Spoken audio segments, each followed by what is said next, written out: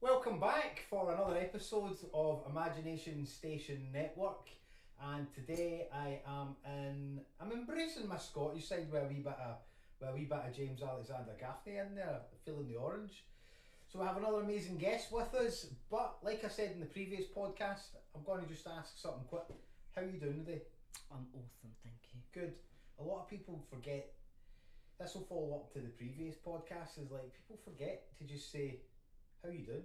How many times you go about your day and somebody doesn't say, "How you doing?" I'm going to lean a wee bit forwards, but that's what it's like. It's like people are forgetting how to human and say, "How you doing?" And you're alright. You're alright. Then people don't say. People just say, "I'm alright," and they might not be. But are you alright? That's what I always say to folk. Are you alright? So I like to ask. So we've invited Kristine onto the show. Kristine's an interesting person and with a lot in common, but it's not my interview, it's yours. I'm just here to make it look bright and orange and do the thing. So tell us a wee bit about yourself. You've obviously had a chat with us down the stairs and it's about your journey and inspiring people and stuff. So Okay, so we'll begin with an indoor air quality environmental practitioner. That's a lot of words, isn't it? And people go sounds to like me, a lot of work, people go to say, "What now?"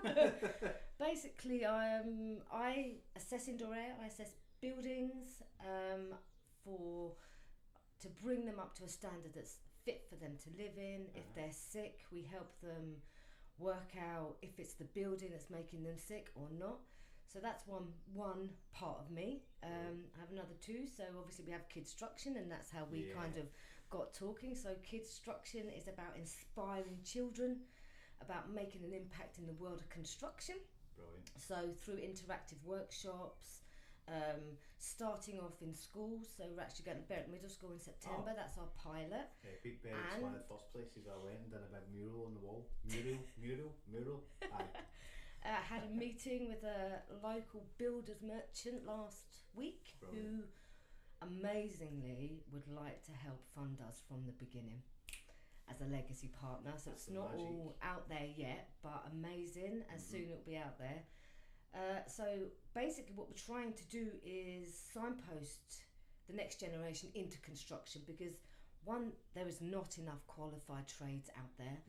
Two, I'm just going to say it, there's too many cowboys out there that are creating more issues. It's hard to get people out to work. I mean, he wants to go and work on a building site, but building structures, and it's not just about building, so we have to look at it holistically. So we are teaching children about traditional versus non-traditional buildings, about toxic and non-toxic building materials, about indoor air quality and the impact that it has on your health. Everything.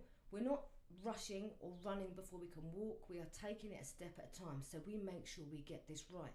So we want children to go into structural engineering, into architecture, into ecology, because that's a massive part of indoor air quality, because you have to look at the outside before you start looking at the inside.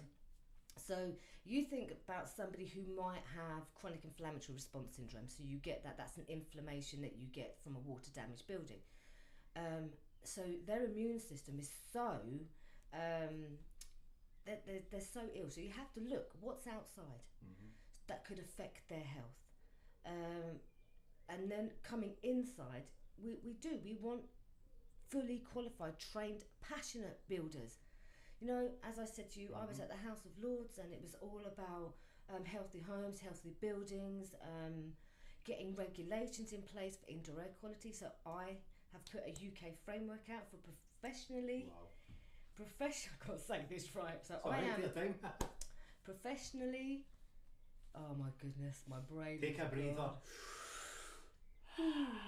Medically important remediation. There we go. And to improve indoor air quality. So transform and put it out to Scottish Parliament at the beginning of June. They have accepted it and want to speak to me on the 30th of July about bringing it into the amendments for the third stage of the housing bill. Wow. So what this That's does massive. is puts things in place for regulating indoor air quality in domestic buildings, because I don't know if anybody knows, there is no regulations. So the local authorities, housing associations, private landlords, they don't have to do anything. No. So That's amazing. That's it's all gone out to the rest of the UK parliaments now. I'm just waiting for any feedback from that. But so much is going on in the House of Lords right now with all this healthy home stuff. So Kidstruction is amazing, and I'm really proud of that. And my co-director is my daughter Catherine, and just moving on to her, she is the reason why I am who I am. So I wouldn't do what I do if I hadn't had to fight for her life. You can tell there's obviously a story behind it, that people don't just wake up and have these ideas. It's a leading on, and again, that's why when we're talking about how do we inspire somebody who is a Kristine that doesn't know that they are a Kristine or Chris, whatever you want to say, is like the next person to do what you're doing, and that's massive, man. House of Parliament actually standing up and listening to you, that means you're saving lives. Well, it's so hard because people I deal with every day is one person at a time. So I came into this to change it, to regulate it, not to have anybody go through what we went through as a family. It ripped us apart. They do not understand the psychological impact that having a home where you can't see what is happening. I want to say I wasn't affected. I didn't realise that we were affected until we moved out of that environment. But Catherine couldn't even walk into that house. She had life-threatening exacerbations of asthma the minute she walked in. I had to fight everybody and prove it as a layperson. So we moved to Berwick in 2012. For the first 5 years of our lives, we lived down in Newcastle at the RVI because she was that sick. We were being blue lighted 4 to 5 times a week, where she was constantly having exacerbations. And it wasn't just one house that did it, it was 2. 5 years it took me. 2 years she had to move out of our family home, so we couldn't live as a family. So that's a breach of our human rights. For me to prove it, and man did I prove it. And I won, and I'm so proud of myself. And Catherine got well, and she's doing amazingly well now. Psychologically for her, it was really, really hard. She got bullied at school because she was on steroids, and people don't understand the difference between a steroid-induced weight and maybe I eat too much or the wrong kind of food weight. She had to repeat year 10 for a girl in her teenage years, having to do it. People also don't understand illness, and they just think that she's not academic and she's had to do it because she was behind. It was just so emotionally traumatising for us. I guess, and the implications of an invisible awareness of something is massive, man. It's making the invisible visible. Aye, and that's what we are doing. Yeah, like you're bang on the money. I've obviously think back to my first flat. It was brutal. I came out of caring into a flat, and it was like icicles on the wall, and it's like, it was brutal. So fair play to you. I'm interested. I'm going to come back to that, but I'm also interested in you as a person. So we're interested in your journey, and okay. It's like tissues. Academic. I cry all the time. Like, I'm an emotional guy. Like yesterday as well, we were at a training course, and it was a bit. It was deep, and when you realise you're all of the above, you're like, wow, man. That realisation. These statistics are like there for a reason. But hey, it's not about me. But the interested you because you're an interesting person as an academic. Me, I'm not an academic. Saying that, I have got other ways of doing stuff which I've had to learn and teach myself along the way. But I like academics. I like to see the thought process and the theories and the thesis and the thinking. But I'm also interested in the person, going back to where it all started and where you're fair and all that stuff. Is like, if you want to share it, it's like, it's the journey, man. It's like there might be somebody, we've got people all over the world watching these, but anybody who's there who is like, women's powerful, man. I'm all about empowering women who are already empowered even more, because that's how the world gets to see what it is you do and how you do it. Okay then, I will start from the beginning if you like. Go for it, man. I was born in Kilmarnock. Hey, there we go, that's the kilt Hey, again. Kelly! That's it, I'm very proud of where I come from. I haven't forgotten. I still have lots of family there and visit often. My parents, gonna be honest, toxic. So I am 43 now and I'm just out of survival mode. So unfortunately, my parents were very toxic. abusive, mentally and physically, and it had a major impact on me as a person, because I didn't believe that I was good enough for anything. I lived inside of myself for 43 years, so I am literally now out of survival mode and finally thriving, and that is because I removed them from my life. Just because and I have to say, it's one of the biggest emotional attachments I've ever it's one of the hardest things I've ever had to do, but it's one of the best decisions I've ever made. And how I feel now, and I mean, I can't say that I was scared of them, but they had this control over me. They treated me like a child, even in my 40s, like not like an adult, that I'd saved my daughter's life, that I'd created all of this amazing awesomeness from it, still got treated like a child. And unfortunately, I left home at 16, and my husband just took over from my parents, basically. So I had psychological abuse, physical abuse. I was groomed. Found that all really, at the time, you don't know. I was 16, 17. It was my daughter, Catherine, that made me realise last year all of these things, and I don't think I would have taken it from anybody else, actually. And she just clicked something. I think it takes somebody that's along for the journey as well, and to see. Well, she's lived a lot with me. Gracie, not so much, because she's 10 and she still lived a lot in her little life. But Catherine has been my biggest supporter, my biggest support, and I can't thank her enough for what she has done for me, because I wouldn't be who I am without her. I'm not saying that I am the most amazing person in the world. I have made mistakes, massive mistakes. I've got my priorities wrong along the way, as a human, as a mum, as a daughter. But then as a daughter, I don't really take that anymore, because I don't believe that any of that was actually my fault now. But for a long time, you know, I went to university, first person in my family to go to uni. I went and did midwifery. Wow, man. Wow. I know, That's because a big job, like, man. I was told I had secondary infertility, so I'd had Catherine and told I had secondary infertility, so I couldn't have any more babies. And in your 20s, that's a hard thing to take, and I had a massive void there. So I was treated so poorly by the NHS that I said I can do better than that, and I did. So I went and I did midwifery. Unfortunately, my ex-husband ruined all of that for me, and I failed. And I thought, well, okay, that doesn't mean it's over.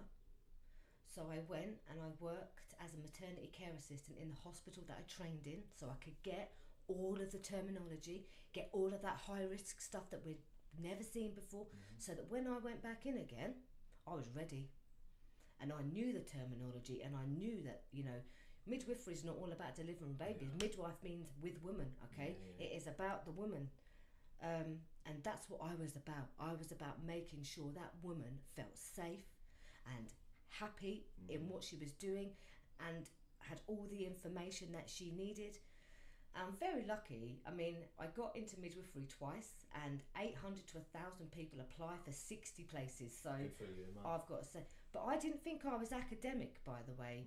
You know, I did like academics don't, though. The ones that are out there that don't realise they're academic, and I guess that's why we've asked you on here. Is like, when you go along this journey and you're academic, but you don't realise that creatives don't realise they're creatives until somebody goes, listen, this is what you do, this is how you deliver it, and that makes you a creative, whether you want to believe it or not. It's like the creatives come in all shapes and forms and sizes, colours, and that's what makes it interesting, is like when you don't know, because you're doing it anyway, but you're doing it in a way that you like. It would have been easy for you to go, because I can see you getting emotional there, like to go, right, well, to hell with this, I'm not going to go back and do it. But you didn't.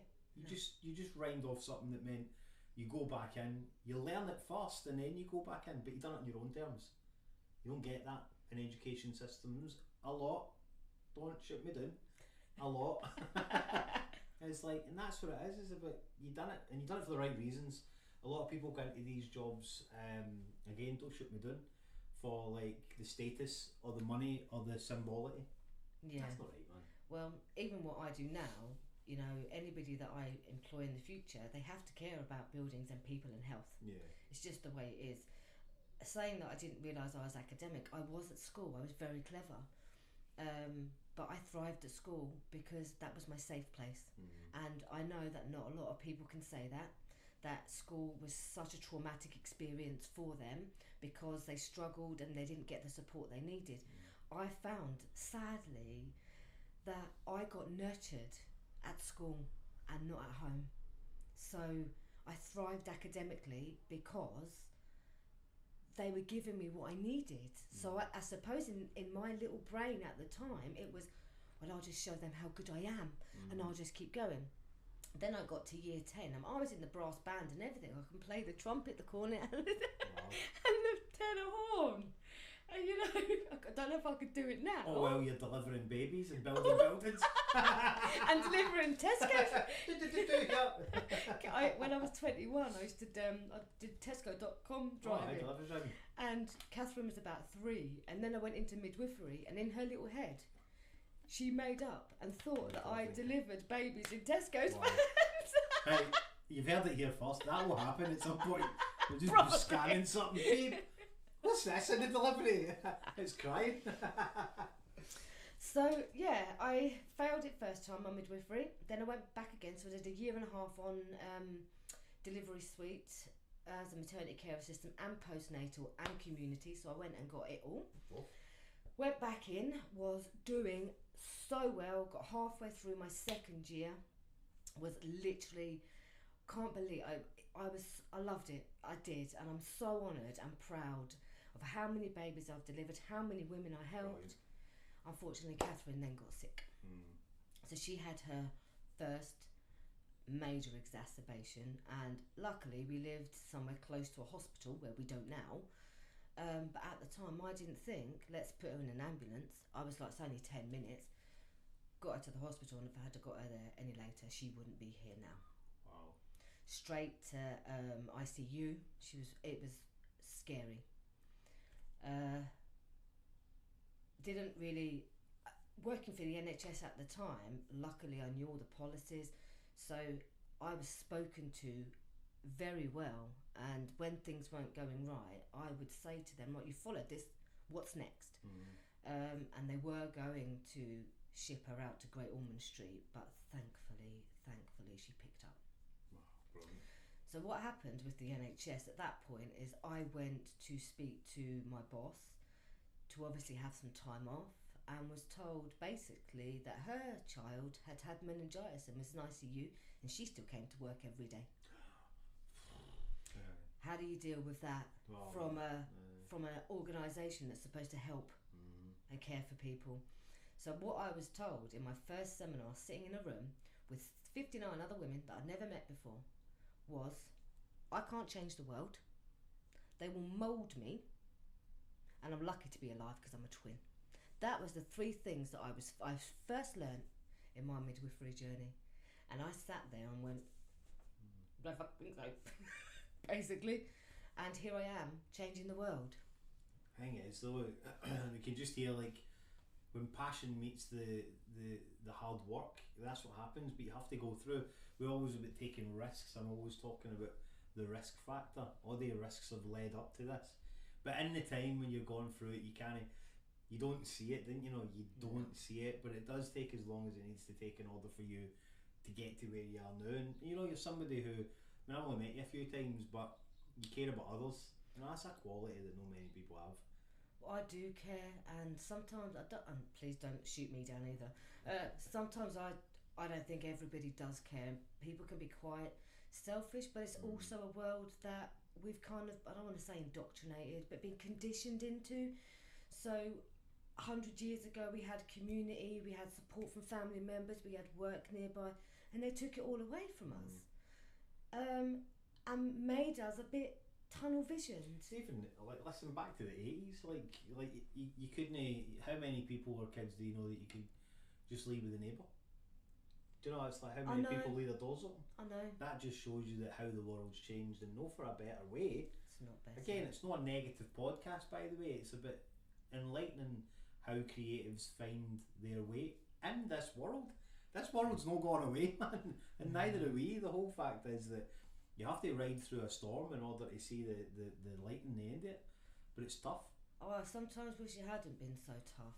And as I'm starting to reflect on my journey now, because I'm thinking about writing a book, so I'm starting to reflect on my journey. And I truly believe that I was meant to go through all that, because I didn't realise the strength that I had. And sometimes, well, I do now. I feel it now. And I'm like, wow, how the hell did you manage to even...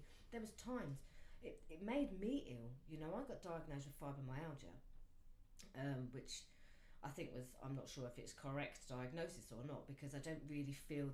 but I was under a lot of stress. Now, when your daughter is so severely ill and you are being ignored, branded as like just a mother who is completely crazy, you start to believe it. You know, when I was doing my midwifery, I remember going and doing my exams, and all I could hear was my dad going, "You're thick, you're thick, it's the you're thick." Isn't it? The installment of the negative. Yeah, but you when something has been ingrained in you all your life, you believe that about yourself. And actually, what I'm doing now is I'm learning about me as a person, because I've never ever been allowed to be unapologetically me. I've always had to go to somebody else's script or type, because I've always kind of done what people wanted me to do, because that's how I'd been brought up or treated. And that's not how, and that not acceptable, not okay. I'm a human being in my own right, and I have had my own journey, and I have made a massive difference in the world. When I went to the House of Lords, I stood there and I was like, oh my God, what am I doing here? And what they said was, we'd like to thank all industry leads for being here. So I am recognised as the industry lead for domestic indirect quality in the UK. That's major. Yeah, it's massive. And I did that. I've got a major village behind me, by the way. I have not done all this by myself. In the beginning, yes. Yeah. But not now. And what I have now is massive. And I think, I did that. I did that because what else was I supposed to do?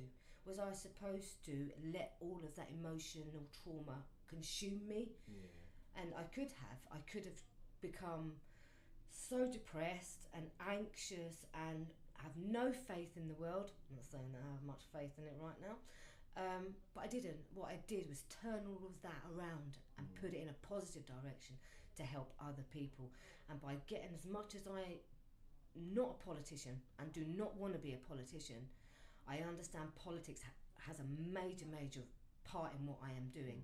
And the fact that I am being listened to and progress is being made, especially in Scotland, right? And that's where it began. I gave Scotland a platform. I'm a Scottish girl. I might have an English accent, but don't let that fool you. I am fiery. And I have given Scotland this platform because Scotland is my heart and it's my home. And I 100% want to help these people. And I've got major cases there, which helps. But the fact that I sent one email out to 130 people, MSPs, and straight away they were like, we want to talk about this. Wow.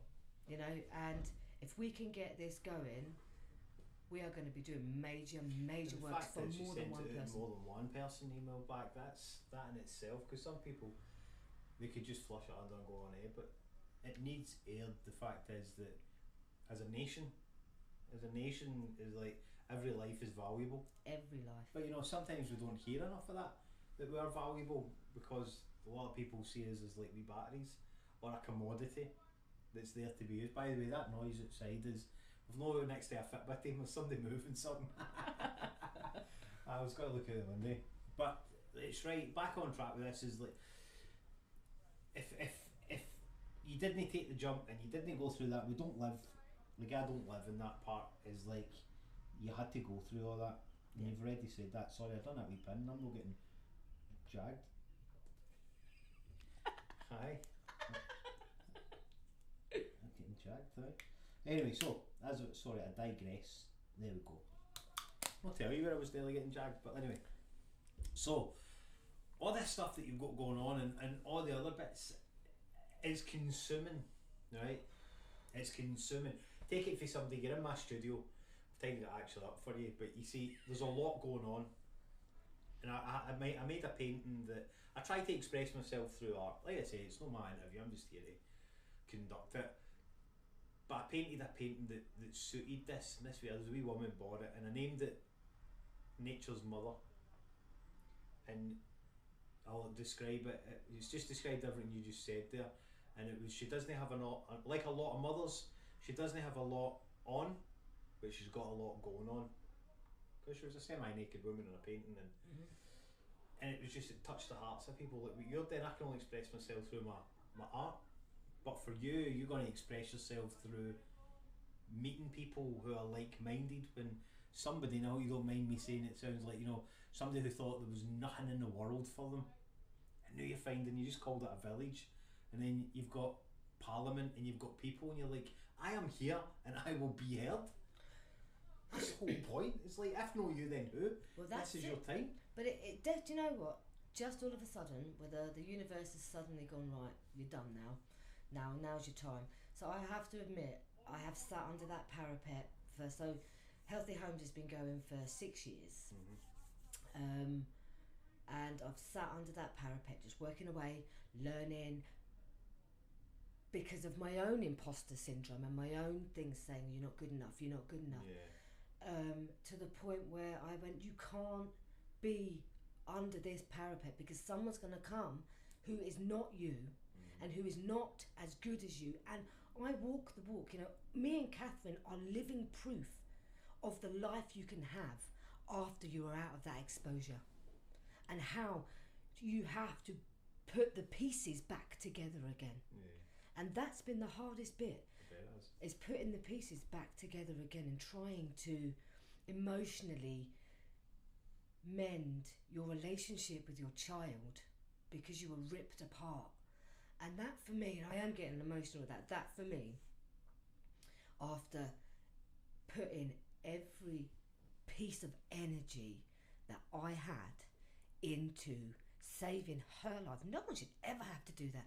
And I physically had to save her life, as well as mentally, and going out there and shouting at people and saying, you can't tell me off for this, you can't fine me for that. You know, when you've got the school welfare on you because her attendance, excuse me, this is really serious here. Why are you bringing the law into this? So then what I would do is turn it around on them and throw their policies back at them, because they make these policies for a reason. I think as well, it's like, people need to understand, we always say, like, I used the word there earlier, statistic, but we need to stop being a number. There is safety in numbers, but there's not an awful lot of people standing up and saying, listen, this is happening now. It's like I'm always saying, like, we're not just here to procreate and die. No. What about the bit in between, man? What about the bit that you're now having to go there and fight for your daughter's life, and now having to go? It's like, fight for every other child's life in the country. That's what I'm fighting for. The next generation. Because at the end of the day, if we continue the way we're going, there's not going to be a next generation that are not sick, because they're being given life sentences.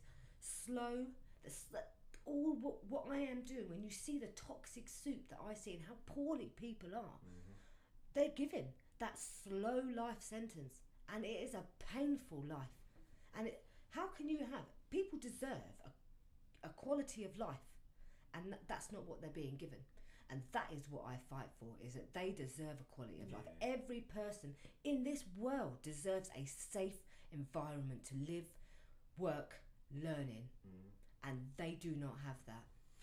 No, you're right. And the learning part is the part that I think that a lot of people struggle with, because in a previous podcast, it's to say, like, you know, the schools and the educated, like, they churn them out like sausages, and if you're not a sausage of a certain size and that, then I was one of them. I was a wee unshaped sausage as such, and that's the way one of our other podcast interviews explained it, and I was like, that's exactly it. But back to it, you've got a lot going on, and that is a lot. That's a massive amount. So now we're quite interested in, like, these are, I keep saying it in every podcast, these aren't scripted. They're literally like, you don't know be able to see it there, but I've got a wee rack there because I want my mic to sit in front of me today. It's like, it's annoying me, but I'm going with it. So what we're quite interested in hearing as well is like, how do you down thing? How does a Kristine here who's like, you know, I'm passionate about that, or a Chris or whatever is like, I want to do that, but I'm not sure about how I would escape that. It's very difficult because you know, I live my own trauma every day in a sense. So when my clients speak to me, and I have to allow them to vent because you know it's very overwhelming. So I take their trauma onto my shoulders, and it's hard and it's challenging. So yeah, you need to step outside your box. I have to say, towards the end of last week and just at the beginning of this week, I was very like, I need out, I need a minute, and I kept saying to my husband, I need out because things are so intense right now. I'm going to London and back in one day is hard work, and it blew my mind.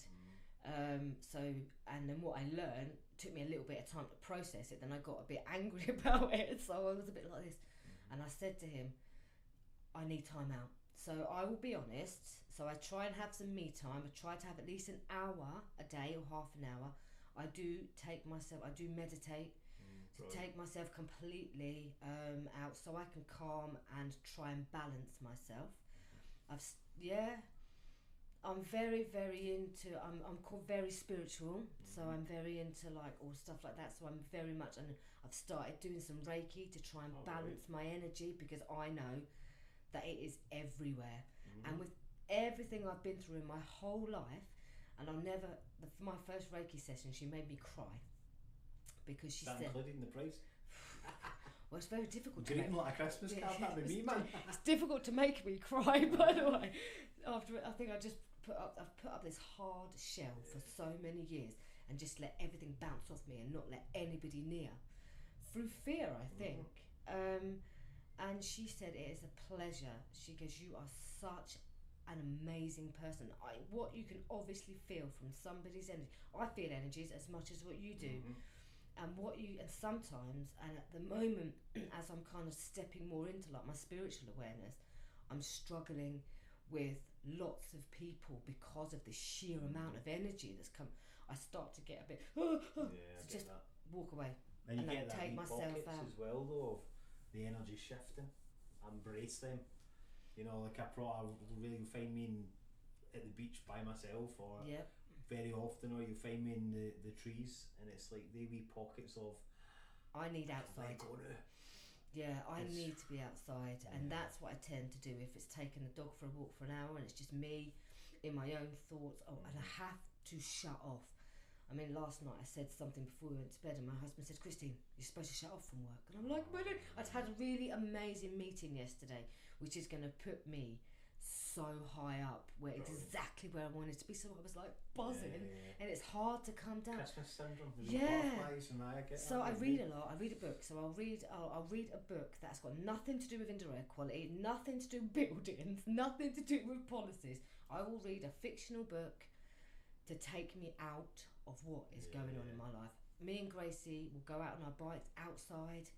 We just literally want to be outside. So my downtime is out of my four walls, because I do feel like it's a prison sometimes, and I get very much cabin fever and just run around like, let me out.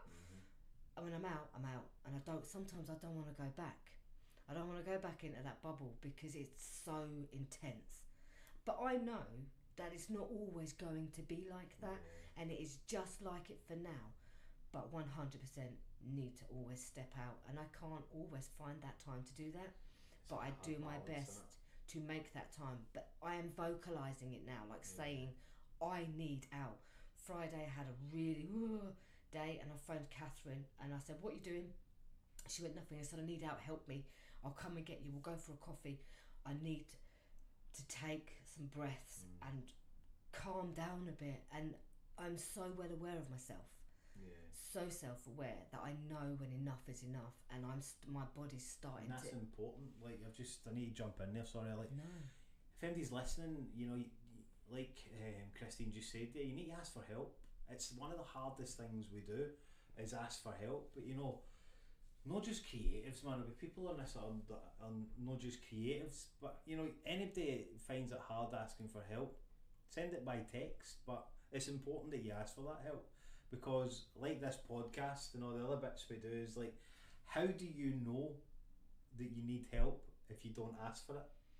sometimes but then It's when you hard, live a man. life like I have, and you are so used to doing everything on your own, that I mean, I have been married for 3 years with Gareth 7, and I never ever asked him for help.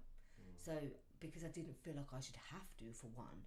Two, if he didn't do it, I just did it because I'm so used to doing it. So I've had to teach myself, and don't get me wrong, after all I've been through, I reached out for help. So I do have therapy to help me through all of these things that have come up from my childhood, so I don't take them forward and impose them on my children. And that is so important for me, because my parents weren't strong enough to break that toxic cycle. I've broken it, and I will not allow my children to have to deal with my generational trauma. Aye, that's that, exactly. So, and I'm teaching them about breaking cycles.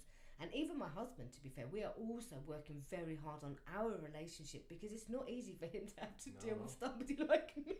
Well, in the same sense as, like, you know, and if it works and people are there, you know they're there, and that's important.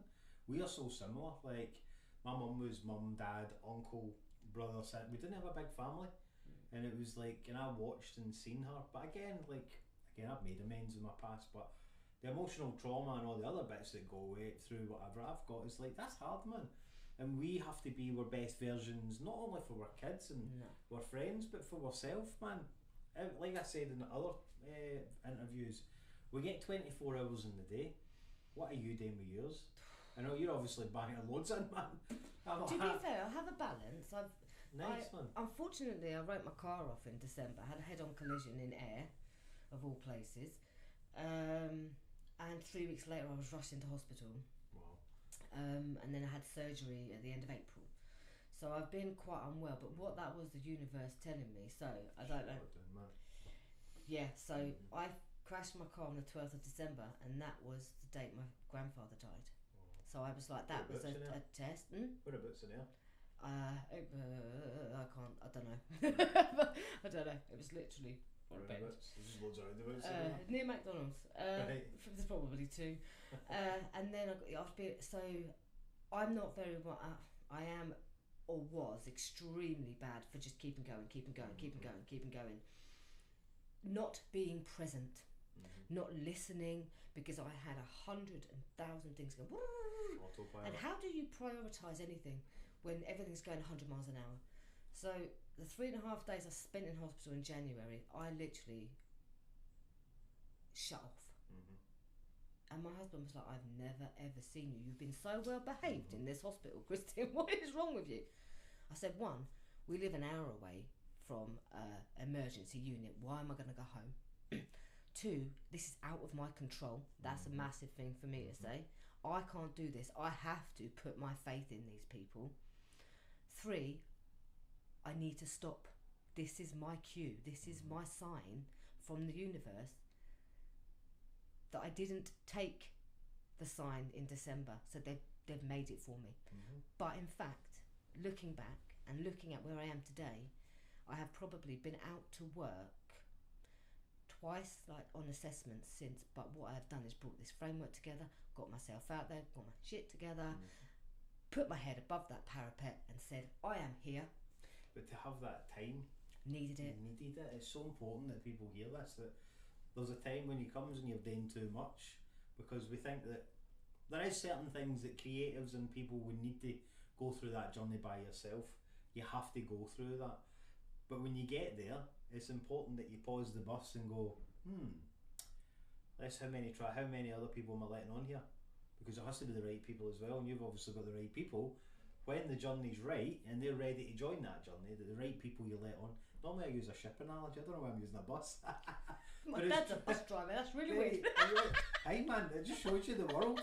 It's weird because you said you're from Kilmarnock. I know. And I took a message before you came in there inviting us to, is it On Thank School in Kilmarnock? And I was like, that's where my dad used to live in On You're Thank. joking? Yeah, my sister lived there as well. But then, wow, see that? the universe, man, Small world. granting it. Yeah. So, and that's not my podcast. We're writing another book and we're going back there, sir. So if you want to be a wee part of that, keep dropping that. Oh, that'd be good Let us actually. know, Yeah, man, definitely. Look, definitely. I do. So it's like nature's mother, man. You have got a lot going on here, and it's interesting because it's selfless. You're a selfless creative who's creating this to help others, and normally the creatives are there to make money. And I've not met many because we had a conversation before this, and it's like I've not met many people, and I'm not saying don't shoot me again. I'm just saying like there's no many ones that are like selfless people who want to actually do it. I get why the creative want to keep it. I understand that it's your business and you want to do it, and it's built. But that means it's up to us and the other people who are like who want to freely give the information. Well, I am very open and transparent, and I don't feel like there is any point in keeping it to myself, because how does that help anybody? Everything I do is accessible for everybody. Yes, I have to earn a living, but I barely do, and I'm not going to lie, because how can it be accessible? Really, you paid for my time and my knowledge. And that's worth paying for, to be fair. My knowledge is amazing, but if I can do my best to bring that price as low as possible, or to split it over a period of time, that is helpful, because people who come into my organisation, they are with me for a year, so there's plenty of time for them to pay money. Granted, sometimes I'm like, can you just pay it now? Because obviously I'm living on each one as it comes. 100%. Because I can't charge 18.5 grand like some of my colleagues down south do. I can't, because how is that accessible? When it comes to construction, in the end, yes, it will be monetised, but it will all be at a lower rate, because the funding will be able to bring it down to that. At first it'll be set out free, because it has to be, because we have to do our pilots, right? We have to see how it's going to work, how we can make it work. So everything is done one step at a time, to the point that we can start to create our headquarters. But I think as well, yourself, like, is the accessible part. Like, it has to be. Like you're saying, it has to be accessible. We're going to delve a wee bit more into that. In fact, we'll delve into it. I was going to jump in. So I'd like you like to ask. There's people out there watching when we ping it all over our social medias. So once you've told us a wee bit more about construction and how that works, not getting your secrets away or your blueprints, just telling us how that's going to work and how that operates, and then maybe put a wee request out for folk. We're not shy at asking for stuff. That's how we do what we do. So if there's anything you need, and vice versa. I just wanted to tell you about construction. Aye, because it's an interesting concept, and it's interesting for somebody who wasn't really at school and other places. I didn't fit into school. Again, I'm no go. I've been into another podcast, but I was a bad boy. Had there been something like this, it would have intrigued me at least. I'm not going to say that I would have loved it, but it would have intrigued me, because I would have had the option. But it's that hands-on option as well, isn't it? So not everybody is that. Hold on, I'm jumping in again. Where did the name come from? I'm interested in business names. Well, we were throwing stuff around, to be fair, because the idea came because I was doing the same thing but for adults, right, at the Centre for Alternative Technology in Wales. So they are an architectural school that are all about sustainable building, eco, everything. They're brilliant. I love it. I love going there. But I'm preaching to the converted when I go there. But when you're talking about indoor air quality, that's not something that comes in at design and structural level. So what we are trying to do is bring it in at design and structural level, right? So my mentor, Professor Tom Woolley, unfortunately is no longer working because he got quite sick. But I was asked to, I always did the courses with him, but he got sick, so they asked me to do it on my own. And I was like, this is massive, how am I going to do this? I can't do this, but I did. So I have a business partner with Mould Mission, which is another business that we'll touch on in a bit. So I asked her, so she does all the health side of stuff. I deal with the buildings, she deals with the health, right? So I could pass that on to her, so I didn't have to learn everything. So I asked her to come with me and told her that we do these interactive workshops. We swap around. There's usually 3 of us, but at this point there was 2, so we had to work it with the 2 of us. And I was driving home and I could see the state of the building. And I do something called the Wise Walk at in Wales, and the students loved it. So, but I don't think the university loved it because we pointed out how the building really needed some kind of maintenance. And I was going, there's fungal growth there. And I was telling them how I assess a building. Yeah. And so I said, come on, let's go and have a look. So I'd been around the whole building, not the whole building, to show them some of the issues that I could physically see. And then they went, we've got better. So they were like, come on, and then showed me how bad it was. So my colleague Louise, she has chronic inflammatory response syndrome, we'll say CIRS, and that affected her quite a lot, being a cat. So she won't go back there, but it's not their fault. It's a charity, we're all community led. So I was driving home from Wales, I had all them hours, and I was like, how can I bring money in for them? What can I do? And then I was like, there's got to be something. And I went, kids. These workshops for children. What are we going to call it? And then why not? Kidstruction, because it is for the industry of construction. So we just took the con off and put the kid on. Brilliant. And it's that simple. And that's where Kidstruction began. And I think like names are a big part of a business, but see when it comes to passion, I find that that's why I asked that question. I find they flow so much easier, and they become an integral part because Kidstruction does exactly what it says in the tin. 100%. Sounds cheesy that, but that's what it is, and it does exactly explains what it is today.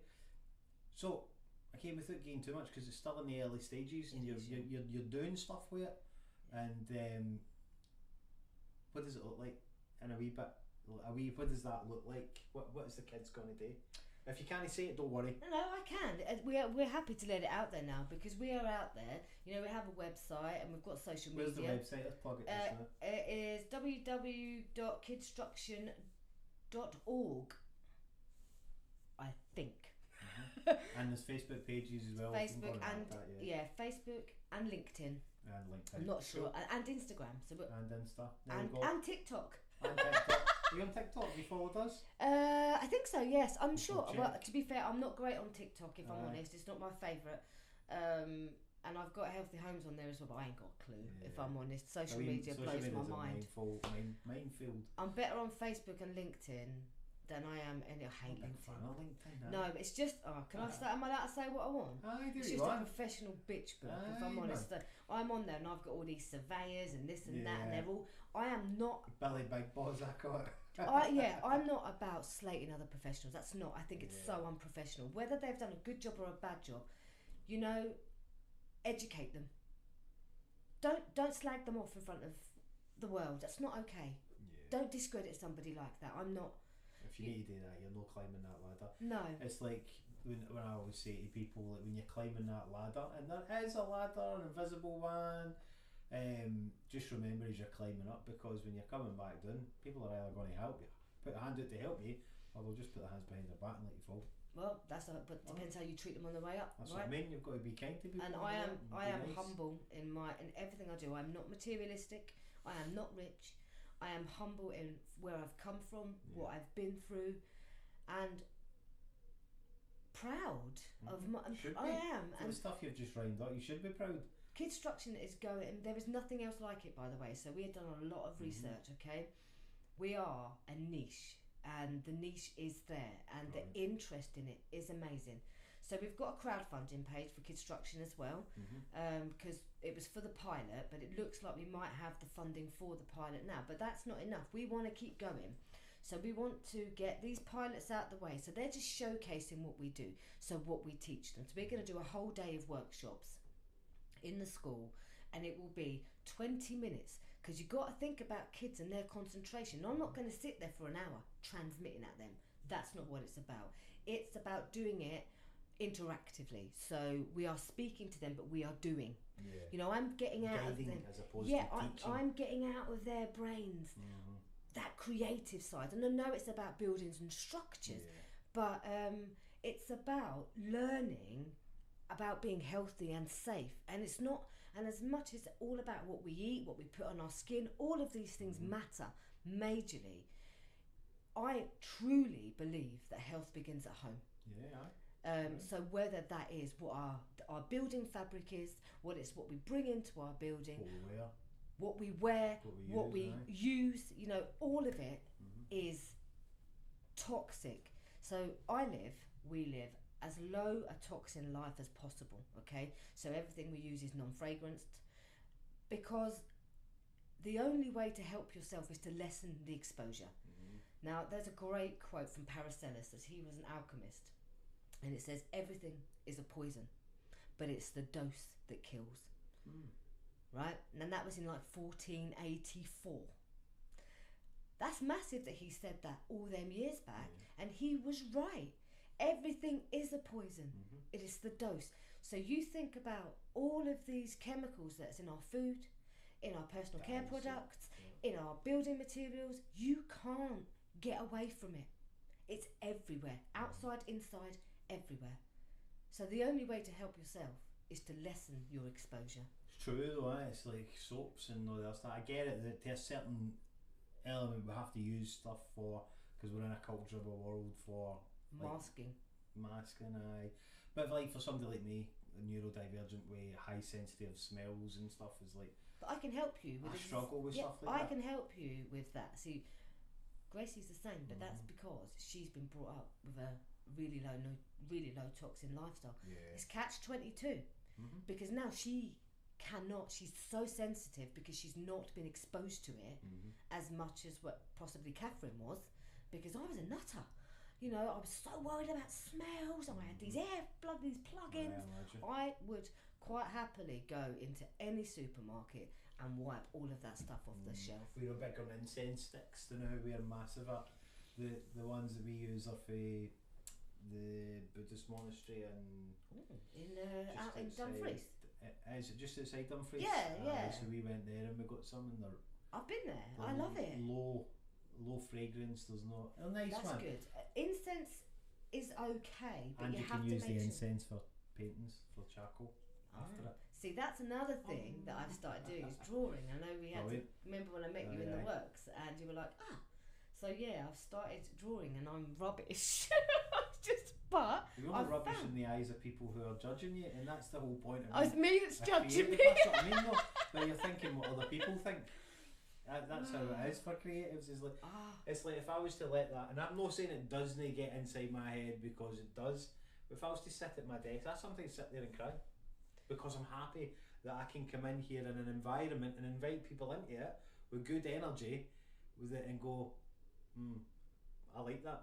But sometimes I have to allow that to go, what would other people think? Because you're trying here to make a business. Yeah. But at the same time, it's like, I'm smiling, so the world, it's mine. So that's what I'm trying to say. You just be like, enjoy the process in the moment. So we've touched on a lot. We've not really got much time left, but I imagine that we'll continue this off the camera. It's an interesting thing, and I will want to keep updated on your journey with the mould thing. I think that's a fantastic thing, and when we spoke about it, it really did get me emotional, thinking, you know, that's saving lives, and it really puts your own life in perspective and think, what else could we do to make our own wee impact?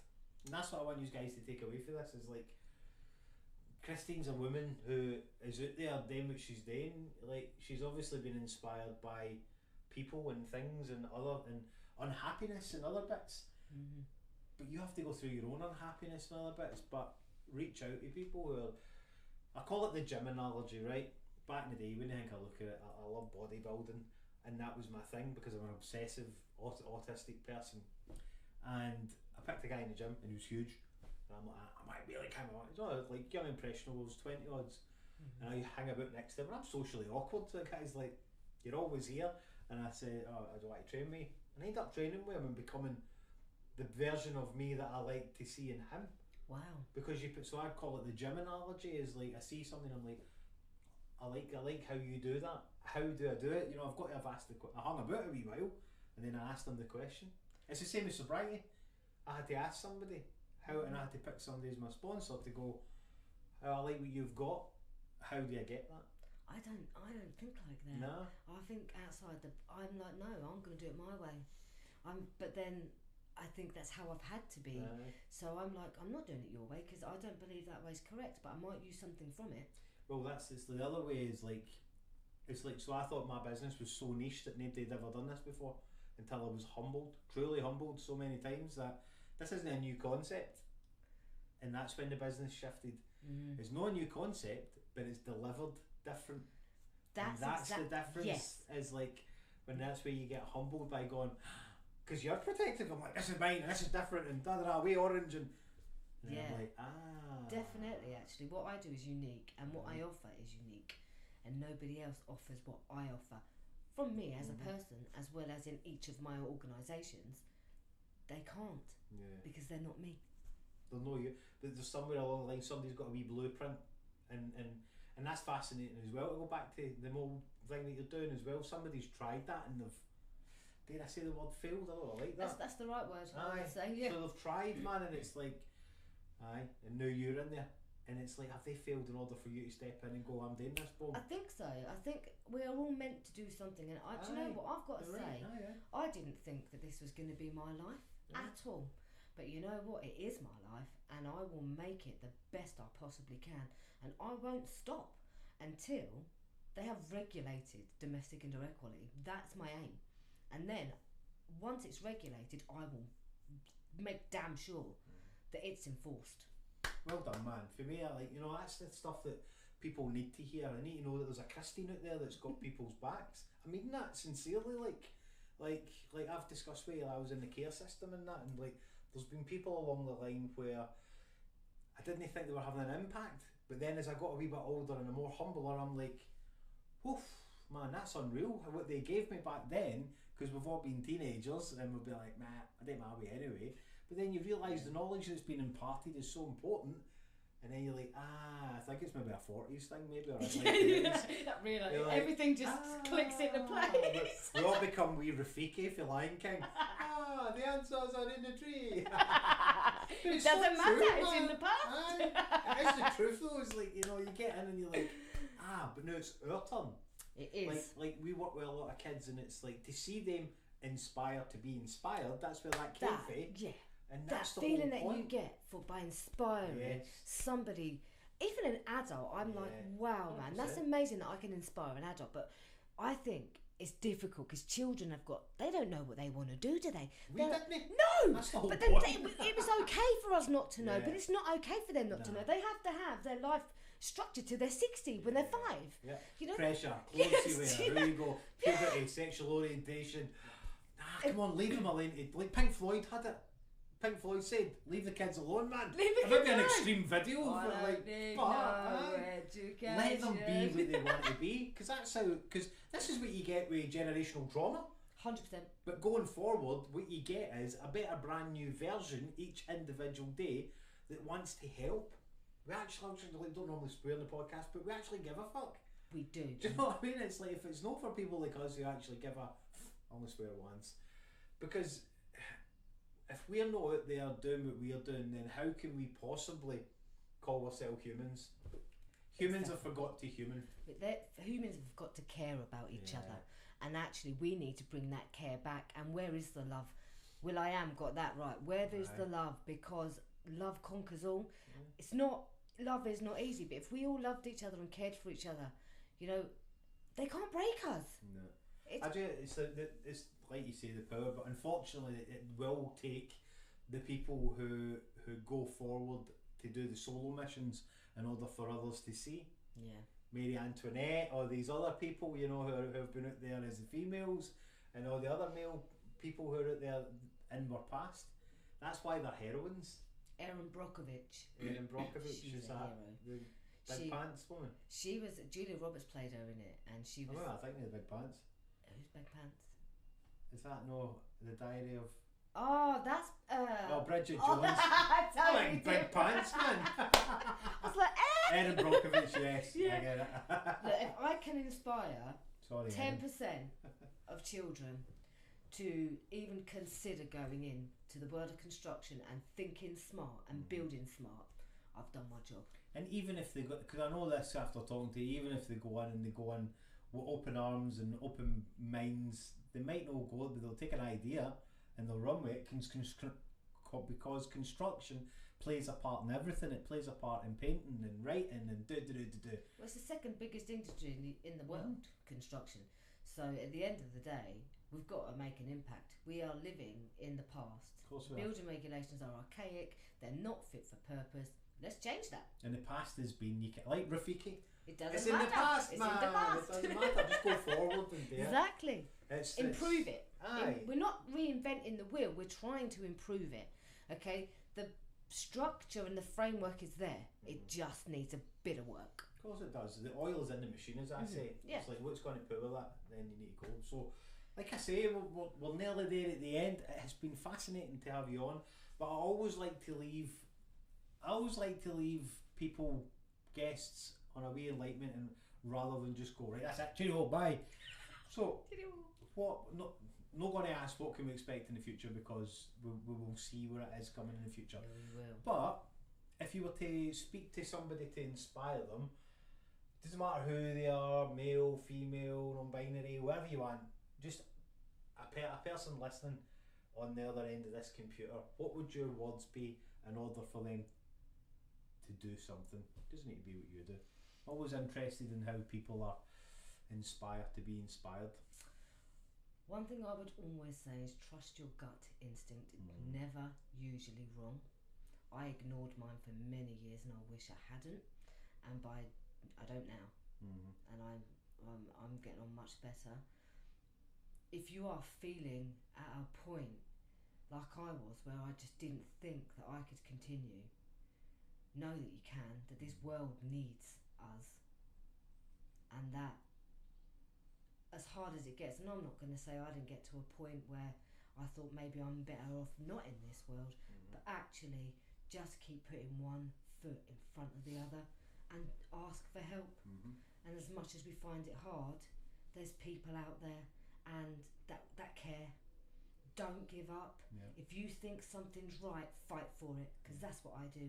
I knew I was right and I knew that they were wrong, and I proved that, and now look, because I didn't give up, even though I wanted to, and sometimes I still do, but I don't, because I know what I'm doing is right, and we've all got inner strength.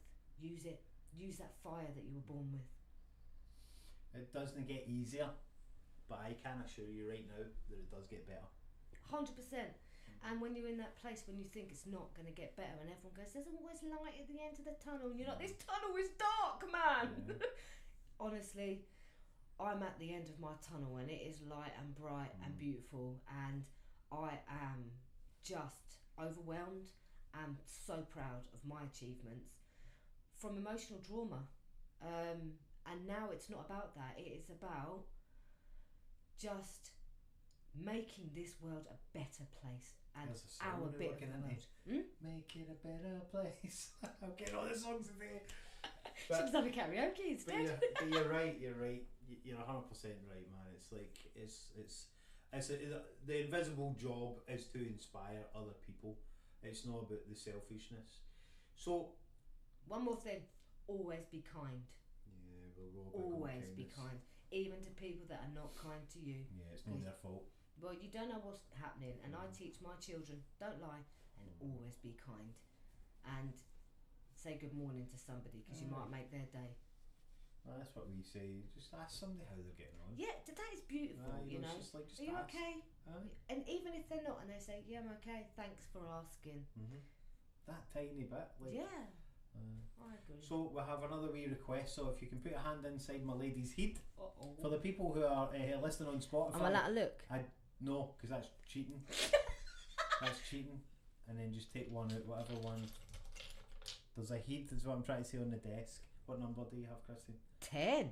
Oh wow, number 10. So that's yours to keep. We will reveal what these are when the time is right. When number 10th episode gets done, then we will let you know what that is. Okay. But for myself and the team, it's a pleasure knowing you, and it's an honour to have you on the show. Thank you. And I know we've not seen the last of you. And guys, please reach out if there's something that you can think of that you need help with, or there's anything like that. But thanks very much, and thank you very much for your time. Time is one of the most precious things we have on this world, and if somebody gives their time to us, it's important that we repay it back. So thank you very much. No, thank you. It's been amazing. So people, guys, everybody on the planet of the universe that's listening to this, yous as well, we love yous very much.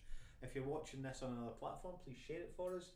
Like you say, this is my wee begging bit at the end. We don't get any funding for what we do. I don't know why. I imagine we probably maybe will, maybe in the future. But until then, please go over to jagar82.com and have a wee look. We are pretty confident, same word, that there's something there for your mummy, your granny, your sister, your brother, your mother, your pal, whoever. Purchase something, whether it's £1, £2, whatever. You'd be supporting us. We do a lot in the communities, and this is how we fund it. Alright, but thanks very much, Kristine. It's been a nice journey of sitting on the couch of Imagination Station Network and listening to your creative journey. Thank you. No, thank you. Stay safe, everybody. Bye bye.